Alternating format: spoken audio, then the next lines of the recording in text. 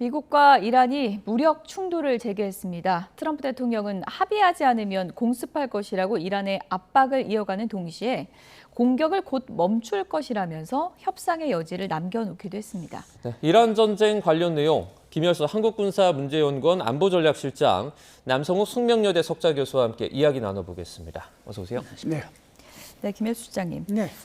종전으로 더디게 가지만 간다고 생각했는데 갑자기 이렇게 또 미사일을 수십 발을 발사하고 어떤 상황입니까? 이게 이제 미국이 호르무즈 해협 쪽에서 계속해서 거기에 이제 AH-64라고 하는 아파치 헬기가 있거든요. 그 아파치 헬기 가지고 순찰을 돌았는데 그 순찰 도는 데다가 이란이 드론으로 공격을 한 거예요. 그러니까 트럼프 대통령도 금방 이렇게 대응하기보다는 이 공격이 어떻게 된 건지 확인해봐라. 하루를 사실상 시간을 보냈습니다. 그래서 확인을 해보니까 이게 이란에 의한 드론 공격이었고 그게 이제 샤헤드 계열이다 이렇게 해서 판정을 했죠. 그러다 보니까 트럼프 대통령이 이렇게 얘기를 해요.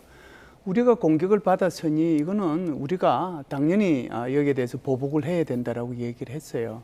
그 이제 보복을 했습니다. 이제 보복을 몇 군데 지역에다가 캐섬섬, 시리커, 반달 아바스 주로 이제 해군 기지하고 레이더 기지하고 그다음에 이제 방공망 이런 것들에 대해서 공격을 했는데 그리고 나서 뭐라고 이제 중부사령부에서 얘기를 했냐면 우리 공격은 끝났다라고 얘기를 했어요. 그러면은 이제 사실상 그걸로 끝이 나야 되는데 이란에서 뭐라고 그랬냐면은 다시 이제 재보복하겠다라고 얘기를 한 거예요. 네.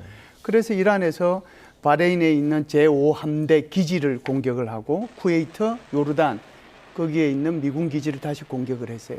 그러다 보니까 이제 미국 입장에서 이게 무슨 시츄에이션이 이렇게 흘러가지 이렇게 생각을 한 거죠. 내가 보복을 한번 하고 나서 끝났으면 그걸로 끝내면 되는데 니들이 다시 또 재보복을 해? 이런 생각을 미국이 하게 된 거죠. 예. 그러다 보니까 이틀 동안 지금 또다시 이란을 향해서 공격을 하고 있다 이렇게 볼 수가 있습니다. 이 상황이 이렇게 되니까 이제 트럼프 대통령 같은 경우에는 공격을 중단하라는 이란의 어떤 요청을 받았다고 말하고 이란 관영 매체 쪽에서는 그러지 않았다라는 식으로 이제 보도가 나왔는데 일단 양쪽 말이 다르잖아요. 어느 쪽을 저희가 믿어야 될까요?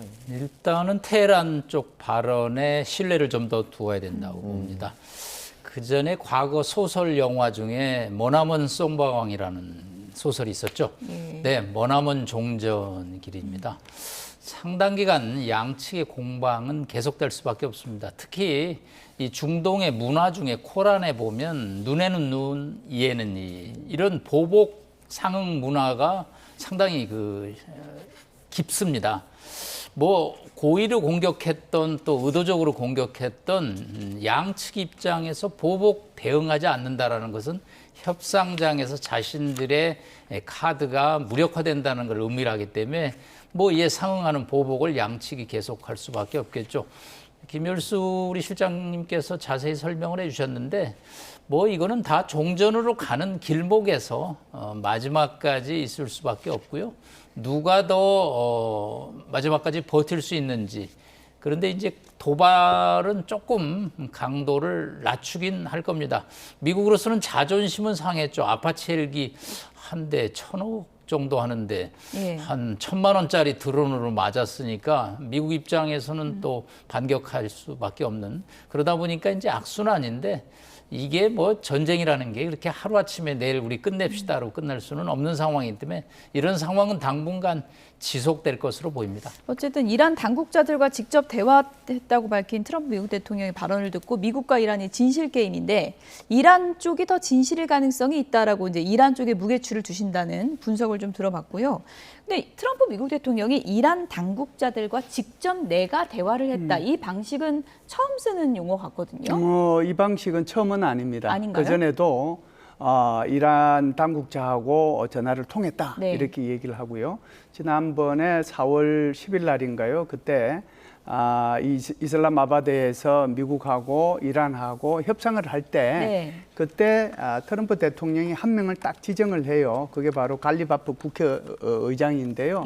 아주 현명한 사람이고 똑똑한 사람이고 그때 이제 그 갈리바프를 이제 언급을 했거든요. 그리고 실제로 나중에 보니까 갈리바프가 대표단을 이끌고 왔단 말이죠. 이번에도 갈리바프일까요? 그래서 이제 그건 모르는 거죠. 이거는 이제 지금 남 교수님 말씀하신 것처럼 남 교수님 말씀도 저게 이제 맞을 수 있는 거고 예. 또 트럼프 대통령의 말도 맞을 수 있는 거예요. 왜 그러냐면 이게 지금 대통령한테 직접 이렇게 전화를 할 수 있는 사람이 몇 명 되겠습니까? 그러면은 결국은 밑에 지금 비밀 접촉을 하고 있는 사람들한테 들은 얘기를 가지고 트럼프 대통령 얘기할 수도 있는 거잖아요. 아, 내가 직접 전화 받았다. 워낙 이렇게 내세우기 좋아하시는 예. 분이니까 그럴 수도 있는 거고요. 정말로 트럼프 대통령한테 이렇게 갈리바프 국회의장이나 또는 페제스키안 대통령이 전화했을 수도 있다 이렇게 보는 거죠. 그 밑에는 급수가 낮아가지고 직접적으로 전화할 수 있는 그런 무게감이 있는 사람은 없어요. 예. 트럼프 대통령이 이란을 더 강력하게 공격하겠다고 말을 하고 나선 얼마 지나지 않아서 공습 멈추겠다 이렇게 말을 하고요. 또 그 헤그세스 국방부 장관이 또 공격하겠다고 말을 하고 나선 협상이 잘 진행되고 있다. 또 트럼프 대통령이 이렇게 말을 합니다. 너무 이렇게 빨리 왔다 갔다 하는 것 같아서 어느 쪽에 저희가 장단을 맞춰야 될지 모르겠어요.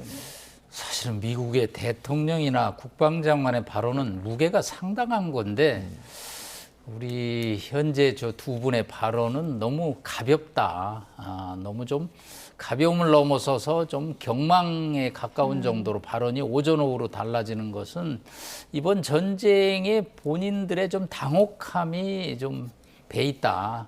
그런 측면에서 저런 발언들이 협상에 도움이 될 거라고 얘기를 하는데 저거는 중동 문화에는 그렇게 통하지는 저는 않을 것으로 봅니다. 어떻게 보면 좀 작전을 짰다고 하면은 적을 뭐 교란시키기 위한 뭐 그런 겁니까? 어떻게 봐야 됩니까? 그러니까 심리전이죠. 예. 뭐 늘 카드가 이란의 발전소 핵시설 뭐 그런 걸 공격한다는 건데 이제 최근에 좀 배드 뉴스는 미군이 이란의 식수 시설을 공격했다라는 뉴스가 나오는데 예. 이거는 조금 국제법에 맞지 않는다라는 거죠. 그래서 수십만 명의 이란 주민들이 물 공급에 어려움을 갖고 있는데 공격을 하려면 제대로 뭐 군사시설을 공격해야지 식수시설을 공격하는 정도를 가지고 압박을 하는 거는 저는 뭐 휴전에 그렇게 바람직하지는 않고요. 조금 전에 우리가 말씀을 나눴던 뭐 이 트럼프 대통령의 말이 옳으냐, 이란의 말이 옳으냐는 이제 소스는 언론 인터뷰 현장에서 트럼프 대통령이 전화를 받았다라는 거를 이제 기자가 얘기하면서 트럼프 대통령이 다시 한번 이제 확인을 했는데 뭐 그 전화가 어느 전화인지는 트럼프 대통령만이 예. 알겠죠. 예. 다만 지금 이란이 미국과 직접 소통을 하는 수준은 아니고 결국은 제3자를 통해서 간접 대화를 하는 거기 때문에 저렇게 미사일이 날아가는데 이란의 당국자들이 트럼프 대통령과 소통을 하는 모습은 조금 믿기 어렵습니다, 사실은. 헤그세스 장관이 이제 앞서 했던 얘기 중에 이란에 남아있는 핵심 시설에 폭탄을 톡톡톡 이렇게 떨어뜨린다라고 말을 했거든요. 근데 이제 공습을 좀 여러 번 했잖아요. 남아있는 핵심 시설은 어느 게 있을까요? 그러니까 이제 이 부분이 이제 트럼프 대통령의 발언이나 헤그세스 장관의 발언을 우리가 이게 막 이제 이게 시간대별로 우리가 정리를 하지 않으면 이게 두 개가 막 엉켜 있는 그런 상황이 되는 거거든요. 시간대별로 다시 요 부분만 말씀을 드리면 예. 이제 헬기가 떨어졌잖아요. 공습을 했어요. 이거 공습을 하니까 이걸로 끝났다라고 미국이 얘기를 했는데 그러면은 이제 이란이 더 이상 안 하면 되는 거예요. 그런데 이란이 다시 미군 기지에 대다 공격을 했단 말이죠. 그러니까 트럼프 대통령이 이렇게 얘기한 거죠. 우리를 호구로 보냐? 그리고 내가 니들한테 MOU 그거 협정안 제출한 지 지금 2주가 됐는데 예. 아직까지 내한테 답을 안 해? 그 연장선상에서 트럼프 대통령이 얘기하고 그리고 이제 헤그세스 장관이 얘기했다라고 보고요. 그리고 이제 추가적으로 더 이렇게 공격을 할 수 있는 대상은 트럼프 대통령이 계속해서 얘기했지만은 전력시설하고 그리고 교량하고 거기다가 이제 타격을 하겠다라고 했는데 실제로 그쪽 지역 그것을 타격을 할지 그렇지 않으면은 지금 새롭게 휴전 기간 동안에 이 이란이 보관하고 있던 미사일하고 미사일 기지라든지 그렇지 않으면 발사대다든지 이런 것들을 공격할지 그거는 좀 두고 봐야 될 것 같습니다. 네.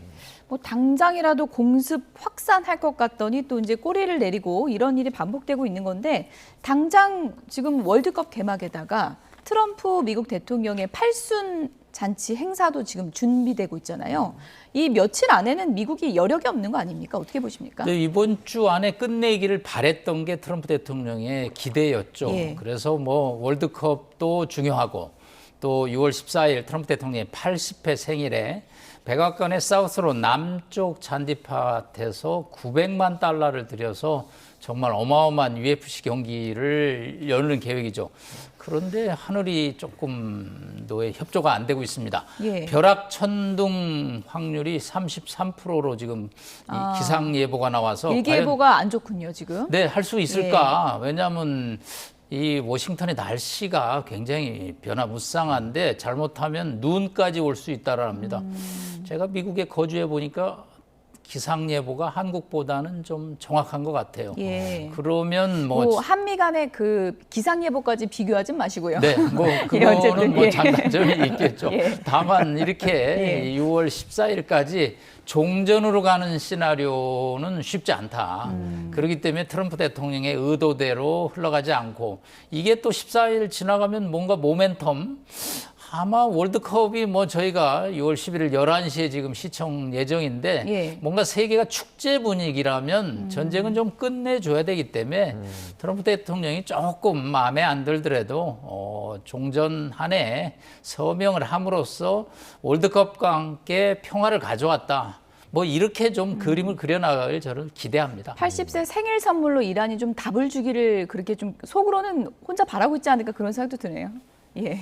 그 뭐 월드컵이나 팔순 생일 잔치 전에는 좀 어려울 것 같지만 그 11월에 이제 중간 선거 있잖아요. 근데 이란 입장에서는 그때까지 지금 상황을 끌고 가는 게 자기들한테 더 유리하다 이렇게 생각할 수도 있지 않을까요? 뭐 꼭 그렇지는 않고요. 공이 어느 코트에 있느냐. 지금은 워싱턴 코트에 있다는 얘기죠. 워싱턴이 더 급하다라는 거죠. 그건 영국 BBC 방송이 또 논평을 냈는데 시간이 갈수록 문제점 중에 하나가 이제 이란의 경제 난도 있지만 미국의 이 물가 상승률, 소비자 물가 상승률이 4%를 넘어가고 있고요.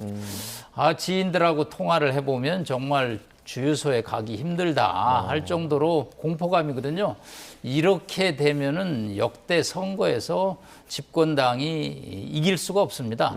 사실은 오바마 행정부가 소비자 물가 9% 때문에 트럼프 대통령의 공격을 받아서 재선에 실패했던 경험이 있거든요. 예. 그렇기 때문에 시간이 갈수록 11월 첫째 주에 미국 중간 선거에 누가 더 힘이 들겠느냐.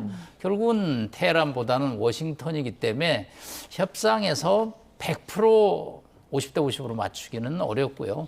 뭐 50.5 대 49.5로 해서 저는 미국이 시작을 했으니까 끝도 미국이 내야 된다라는 생각을 갖고 있습니다. 네. 최근에 이스라엘 총리와 틀어진 관계도 종전으로 가는 길에 변수가 되는 겁니까? 그렇죠. 변수는 될 수 있죠. 그러니까 트럼프 대통령이 최근에 네타냐후 총리하고 전화를 몇 번 통하면서 굉장히 화를 많이 냈잖아요. 예. 그래서 뭐 말도 못할 수 있는 표현할 수 없을 정도로 이제 화를 내기도 하고 당신 혼자 고립될 거라고 얘기도 하고 미친 거 아니냐라고 얘기도 하고 뭐 그랬었는데요. 예. 사실상 이게 이란하고 미국하고 이렇게 협상으로 가서 휴전이 돼야 되는데 예. 이게 계속해서 이제 레바논의 헤즈볼라하고 이스라엘하고 계속 전쟁이 있고 그러니까 여기에 대해서 이제 트럼프 대통령이 얘기하는데도 지금 잘 안 되고 있는 거잖아요. 그러다 보니까 이란이 요구하는 것은 이스라엘하고 레바논에 있는 헤즈볼라가의 전쟁이 끝나야 우리도 휴전할 수 있다라고 지금 주장하고 있거든요. 그렇기 때문에 그것이 하나의 변수가 될 수 있다라고 보는데요. 제가 볼 때는 이게 이스라엘 입장에서 보면은 매년 380억 불 정도, 380억 불인가 38억 불 제가 정확하게 기억이 안 나는데 이게 국방비를 대줘요. 그리고 이스라엘의 무기의 42%가 미국산입니다. 예. 그러면은 미국이 없으면 전쟁을 못 하는 거거든요. 제 말의 의미는 결국은 트럼프 대통령이 전쟁을 중단하라고 하면 할 것이다. 그 말씀을 드리는 겁니다. 지금 뭐 미국이랑 이란이 이틀째 교전을 계속 벌이고 있는데 어쨌든 중간에서 카타르 협상가는 계속 뭐 일을 좀 하고 있지 않습니까? 네. 어떻게 보면 중재국인 카타르가 여기서 좀 그 협의점을 찾아서 진전적인 좀 성과를 낼 수 있을까요? 저는 중재국의 역할에 대해서 점점 기대를 내려놓고 있습니다. 최초의 중재국은 파키스탄이었죠. 뭐 온 나라가 양측의 중재에 나서서 뭐 거의 교통 통제를 일주일 이상 했는데 결국은 뭐 성과 전혀 없다고 말하기는 하지만 타결을 못 봤고요. 이제 카타르가 또 움직이기 시작을 했는데 지금 소통이 아까 트럼프 대통령이 직접 했다고 그랬거든요. 예. 사실은 소통은 직접 하는 게 제일 좋죠. 남의 얘기를 통해서 전해 들으면 소통하는 좀 별로죠. 그렇기 때문에 뭐 카타르가 움직이고 있다라는 얘기는 물밑에서 양측이 하여튼 활발하게 대화를 나누고 있다. 그런데 마지막 MOU 부분, 호르무즈 해협의 개방, 또 440km의 고농축 우라늄의 처리, 또 우라늄 농축 금지 기간 15년이냐 20년이냐 이런 핵심 쟁점이 제3국 소통단을 만났다고 해서 양보를 하기가 어렵다라는 게 이 딜레마입니다. 그렇기 때문에 뭐 카타르 협상단이 움직이는 것은 뭐 긍정적이지만 그것이 협상 타결의 종전으로 갈 수 있는지는 여전히 미지수라고 볼 수 있겠습니다. 네.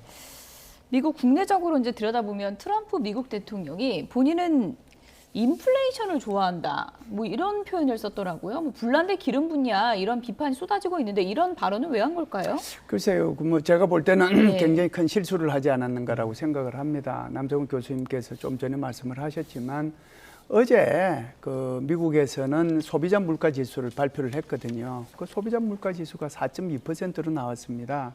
물론 시장 예상치하고는 뭐 맞게 떨어졌지만 그러나 4.2% 소비자 물가 지수가 나온 것은 굉장히 높은 거거든요. 예.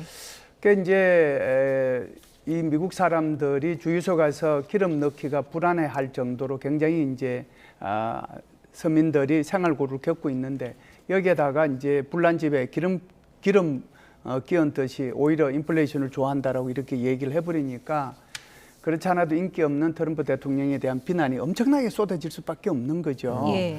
그래서 이제 언론 그것을 주워 담은 이제 표현 자체가 이거는 나중에 이제 이게 전쟁이 끝나고 나면 뭐 인플레이션이 없어질 것이다라고 하는 것을 거꾸로 강조하기 위해서 한 거다. 뭐 이런 식으로 넘어갔는데요. 어찌됐든 굉장히 큰 말실수를 했다 이렇게 봅니다. 네, 지금 상황이 만약 이런 식으로 계속 가다 보면 호르무즈 해협은 어떻게 됩니까? 더 꽉 막히는 거 아닙니까? 또? 지금 트럼프 대통령이 하나 자랑을 했습니다. 우리가 비밀 군사작전으로 배가 지금 수십 척 빠져나와서 1억 배럴이 원유가 공급돼서 세계 유가가 지금 $90 이하로 떨어지고 있다라고 했는데 과연 그 비밀 군사작전이 뭐냐? 특히 한국 HMM 선박이 지금 한 척이 빠져나왔습니다.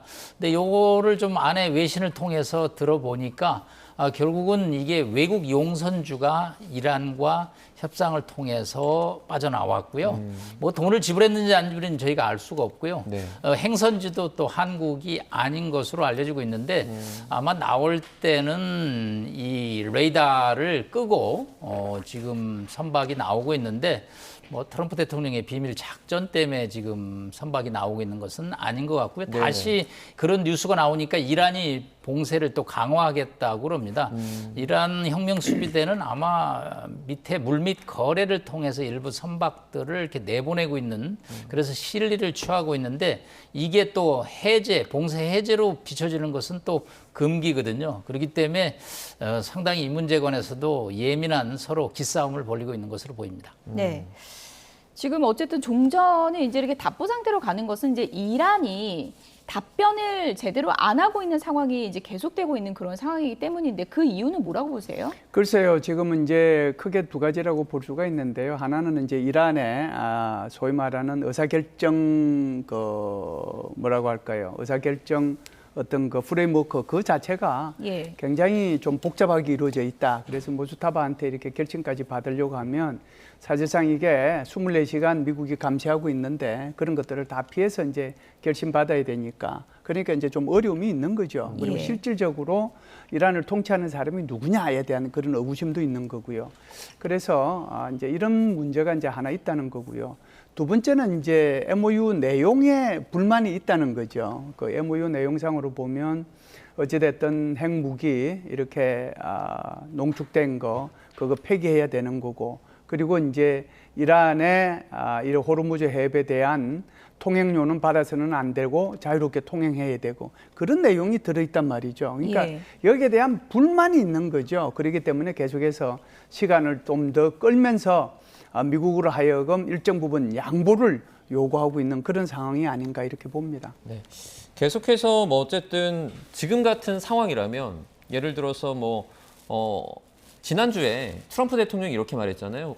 그 하메네이를 직접 만나고 싶다. 그럼 만약에 그런 상황이 좀 발생한다면 지금과 같은 상황이 좀 빨리 좀 해소될 수도 있을까요? 그건 이란 측에서 절대 받아들이지 않을 것으로 보입니다. 네네. 지금 물리적으로도 상당한 상처를 입은 상황이기 때문에 외부에 전혀 알려지지 않은 상황인데 트럼프 대통령은 이제 특유의 위에 서밋 고위급 당사자 딜로 문제를 풀고 싶다는 얘기인데 그거는 이란의 현재 통치 명령 구조를 조금 이해하지 못한 것으로 보고요.